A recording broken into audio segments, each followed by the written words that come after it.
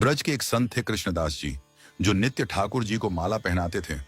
बाबा ने सुना था, अगर कोई ठाकुर जी को 12 वर्ष तक नियम से सेवा करेगा तो ठाकुर जी उसे दर्शन देने जरूर आएंगे। आज भी यह संभव है, लेकिन याद रहे, एक दिन भी वह नियम टूटना नहीं चाहिए।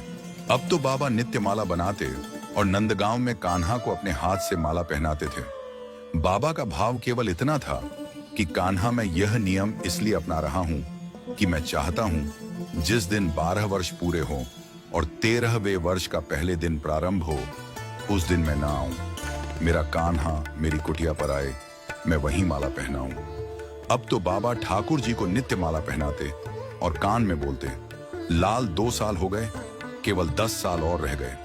लाला केवल 5 वर्ष और रह गए। लाला अब तो 15 दिन और रह गए। अब तो बाबा नाचते हुए जाते और कहते हैं, आज तो विश्राम दिवस, 12 वर्ष का अंतिम दिन।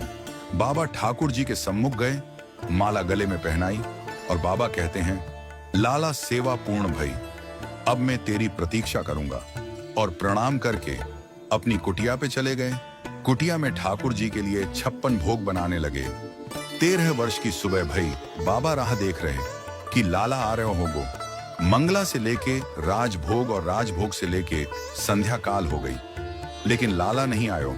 तो बाबा ठाकुर जी को भला बुरा कहकर अपनी कुटिया में ताला लगाकर बरसाने की ओर निकल गए।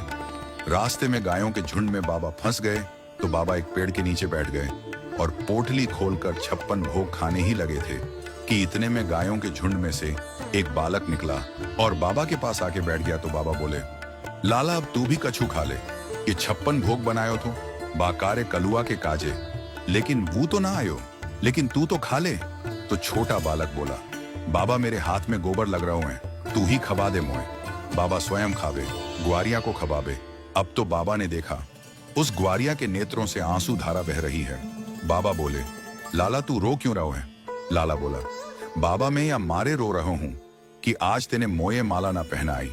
जैसे ही ये शब्द सुने तो कृष्णदास बोले, कौन हो तुम? इतने में ही श्याम सुंदर बंशी विभूषित सामने खड़े हो गए। ठाकुर जी बोले, बाबा आ जाओ, मैंने अपनो वचन निभा दियो। आपने कही कि 13 वर्ष के पहले दिन मिलनो है, मैं आ गयो बाबा, अब लाओ माला मेरे गले में पहनाओ। अब तो कृष्णदास जी के नेत्र लाल पड़ गए।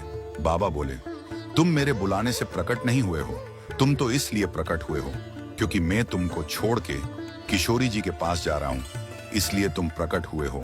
अब मैं ये माला तुम्हें नहीं पहनाऊंगा, यह माला जाकर के किशोरी जी को ही पहनाऊंगा और वहीं जाकर के उनके चरणों में ही रहूंगा। अब तक ठाकुर जी बाबा के हाथ पकड़े, पैर पकड़े। कृष्णदास बोले, अब ना रुकूंगो, अब तो किशोरी जी के चरणों में जाकर रुकूंगा।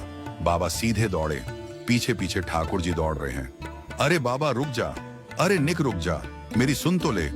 लेकिन बाबा नहीं रुके और सीधा राधा रानी के महल में जाके राधा रानी को माला पहनाई और प्रणाम किया। तो राधा रानी के साथ साथ श्याम सुंदर के दर्शन हुए। जय जय श्री राधे।